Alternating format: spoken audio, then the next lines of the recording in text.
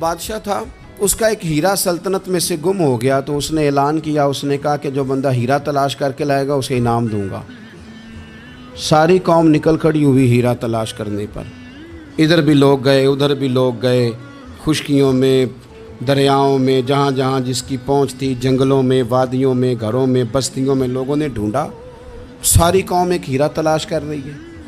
بالآخر سب لوگ جمع ہو گئے ایک میدان میں۔ ایک بندہ اوپر چڑھا بادشاہ کے پاس، وہ اونچی جگہ پہ کھڑا تھا، اس نے کہا جناب یہ ہیرا مل گیا ہے۔ اب جب ایک کو ہیرا مل گیا تو باقیوں کے چہرے اتر گئے کہ یہ کامیاب ہوا، ہم ناکام ہوئے۔ بادشاہ چونکہ ان کی تربیت کے لیے یہ کام کر رہا تھا، اس نے کہا تمہارا کیا خیال ہے کہ اس ہیرے کے بغیر میرا گزارا نہیں تھا؟ کہ تمہارا کیا خیال ہے کہ ہیرا میری سلطنت سے نکل گیا تو مجھے زوال آ جائے گا؟ اس نے کہا یہ تو ایک ہیرا ہے۔ اٹھا کے پھینکا، دیوار کے ساتھ لگا، ہیرا ٹوٹ گیا۔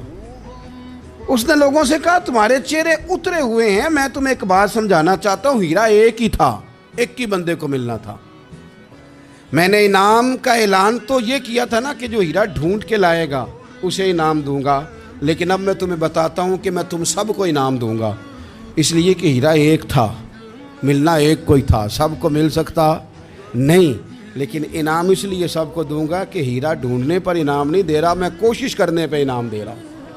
میں جلسوں پہ، اجتماعات پہ جاتا ہوں تو ایک رواج بن گیا ہے، لوگ بڑی بڑی قطاروں میں پھول لے کے کھڑے ہو جاتے ہیں اور گاڑیوں میں پھینکتے ہیں۔ تو میں اپنے سنگیوں سے کہتا ہوں کہ اگر تو قیامت میں بھی ایک پھول مل گیا نا تو پھر تو یہ سارے استقبال کام آ گئے، اور اگر وہاں کھڑا کر لیا گیا نا، صحیح حدیث میں حضور نے فرمایا ہے کہ کچھ سوالوں کے لیے بندے کو محشر کے میدان میں کھڑا کر لیا جائے گا۔ ان سوالوں میں سے ایک سوال یہ بھی ہوگا کہ بتا اپنے علم پر عمل کتنا کیا تھا۔ تو میں نے کہا اگر تو روک لیے گئے تو پھر ان پھولوں کا کیا بنے گا، پھر تو آزمائش میں آ جائیں گے۔ ایک علاقے میں قحط پڑ گیا تھا، گندم کا ایک دانہ لوگوں کو میسر نہیں تھا، بارش نہیں ہوئی، سالوں بیت گئے، لوگ بڑے پریشان تھے، بڑی آزمائش میں تھے، ہر بندہ تکلیف میں تھا۔ بازار میں لوگ آتے تھے تو سہمے سہمے سے، ڈرے ڈرے سے، پریشان پریشان سے۔ قحط ہے، آزمائش ہے، مجبوری ہے، جانور بھوکوں مر رہے ہیں۔ اللہ تبارک و تعالیٰ کی طرف سے لوگوں پر ایک آزمائش ہے، لوگ صبر کر رہے ہیں۔ کہتے ایک غلام بازار آیا تھیلا لے کے کچھ خریدنے، آیا بھی تو اٹکیلیاں کرتا، اور چیزیں خریدی تو ہنستے ہوئے، اور جانے لگا تو مسکراتے ہوئے۔ پریشانیوں میں، دکھوں میں کو بندہ اگر اس طرح ہنسے تو بعضوں کا طبیعت چڑھ جاتی ہے کہ یار ہم پریشان ہیں، تجھے کس بات کی خوشیاں چڑھی ہوئی ہیں؟ کہتے ہیں لوگوں نے بازو تھام کے غصے سے کہا تو اتنا خوش کیوں ہے جب سارا شہر پریشان ہے، سارا ملک آزمائش میں ہے، تو اتنا کیوں ہنس رہا ہے؟ کہنے لگا تم ہوگے پریشان، میں جس کا غلام ہوں نا، میرا جو آقا ہے، اس نے اپنے برتن بڑے پہلے گندم سے بھر لیے تھے، میرے آقا کے بڑولے بھرے ہوئے ہیں، لہذا میں کسی پریشانی میں نہیں ہوں، خوش ہوں۔ داتا علی حجویری رحمۃ اللہ علیہ کمال کر گئے، سید حجویر مخدوم امم۔ داتا صاحب فرماتے ہیں اگر تیرا اور میرا رب کے خزانوں پر اتنا بھی یقین ہو جائے نا جتنا اس غلام کا اپنے آقا کے خزانے پہ ہے، تو پھر ہم ہر وقت رو کے نہ دکھائیں۔ لوگ اگر کہیں کہ بڑے دکھ ہیں، بڑی آزمائش ہے، بڑی پریشانی ہے، دنیا بڑی تکلیف میں، بیماریاں آ گئیں، آفتیں آ گئیں، تو بندہ مومن ہنس کے کہتا ہے تم پریشان ہوگے، ہم تو جس رب کے ماننے والے ہیں اس کے خزانے بھرے ہوئے ہیں۔ وہ کہتے ہیں میں اتنا دوں گا اور وہاں سے دوں گا کہ تجھے خبر بھی نہیں ہوگی، میں تجھے وہاں سے دوں گا کہ تو نے کبھی سوچا بھی نہیں ہوگا۔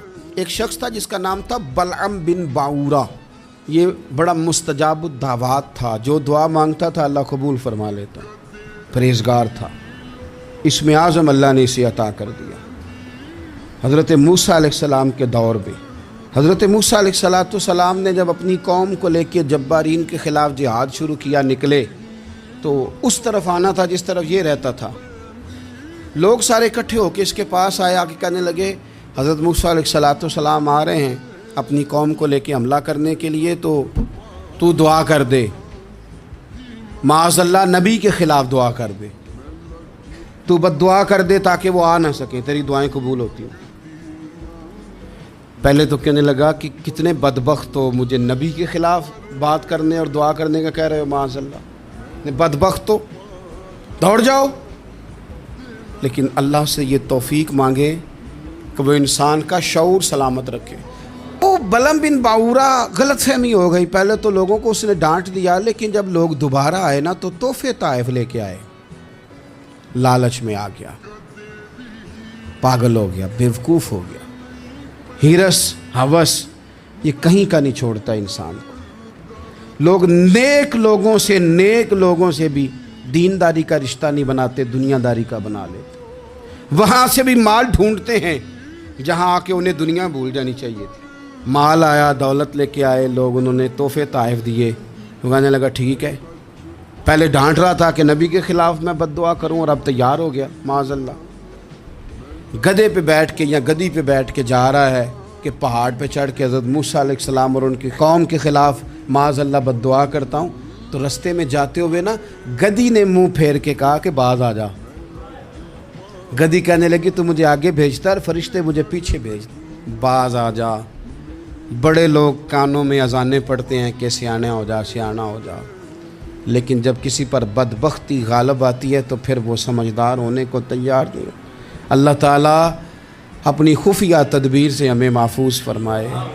اللہ تعالیٰ ہمارے حق میں جب بھی فیصلہ کرے تو رحمت والا کرے، کرم والا کرے، آسانی والا کرے۔ چڑھ گیا پہاڑ پہ، اور پہاڑ پہ چڑھ کے جب اس نے ہاتھ اٹھائے، وہ لوگ جو بد دعا کرانے والے تھے وہ ساتھ ہی تھے، تو اپنے منہ سے لفظ نکالتا ہے حضرت موسیٰ کے خلاف معاذ اللہ، لیکن وہ لفظ اپنی قوم کے خلاف نکلتے ہیں۔ وہ ان کے خلاف بد دعا کرنے چلا تھا، تو چونکہ ہر چیز اللہ کے دست قدرت میں ہے نا، تو زبان سے نکالتا کچھ ہے، نکلتا کچھ اور ہے۔ پھر وہ وقت بھی آیا کہ زبان لٹک گئی، سینے پہ آ گئی، عذاب آ گیا اللہ کا، تباہ ہو گیا اپنی قوم سمیت۔ اپنی زندگی میں یاد رکھ لے اچھی طرح، ہرس، ہوس، تکبر، غرور، وہ کسی چیز کا بھی ہو، وہ انسان کو لے ڈوبتا ہے۔ کہ نبی پاک صلی اللہ تعالیٰ علیہ وآلہ وسلم نے کتنی شانیں بیان کی، حضرت عمر فاروق، کتنی عظمتیں حضور نے ان کی بیان کی۔ جب ان کا وصال ہونے لگا نا، ان کو زخم لگا تو لوگ ان کی تعریفیں کرنے لگے۔ اب ان کو بھی پتہ تھا کہ میری عظمت میں حضور نے کیا کچھ بیان کیا ہے۔ لوگ ان کی تعریف کرنے لگے، امیر المومنین آپ کو یہ کمال حاصل ہے۔ تو حضرت عمر فرمانے لگے دعا کرو بس میری نیکی اور بدیاں برابر ہو جائیں، نیکیاں اور بدیاں برابر ہو جائیں، میں کسی درجے کا خواہش مند نہیں، بس یہ چاہتا ہوں کہ یہ عاجزی کا حسن دیکھیں، انکساری کا یہ درجہ دیکھیں۔ فرماتے ہیں بس یار معافی دے دے نا، وہ معاف کر دے، پھر تو بات بن گئی۔ دیکھیں نا حضور علیہ السلام نے فرمایا یہ جو غریب لوگ ہیں نا، یہ مالداروں سے 50,000 سال پہلے جنت میں داخل ہو جائیں گے۔ کیوں؟ اس لیے کہ جس کے بیگ زیادہ ہوتے ہیں نا، ایئرپورٹ پہ پھنس جاتا ہے۔ اللہ کے پیارے رسول صلی اللہ تعالیٰ علیہ وسلم ارشاد فرماتے ہیں کہ جس بندے کو 4 چیزیں مل گئی نا، اسے اللہ تعالیٰ نے دنیا اور آخرت کی بھلائیاں عطا فرما دی۔ 4 چیزیں جس شخص کو نصیب ہو گئی۔ یا رسول اللہ کون سی؟ حضور فرماتے ہیں جس کو شکر کرنے والا دل مل گیا، اور کریم محبوب فرماتے ہیں جسے اللہ تعالیٰ کا ذکر کرنے والی زبان مل گئی، اور حضور فرماتے ہیں جسے مصیبت پر صبر کرنے والا بدن مل گیا، اور جسے ایسی بیوی مل گئی جو نہ اس کے مال میں خیانت کرے گی نہ اس کی عزت میں خیانت کرے گی۔ جسے یہ 4 چیزیں مل گئیں وہ خوش نصیب ہے، دنیا بھی بن گئی، آخرت بھی بن گئی۔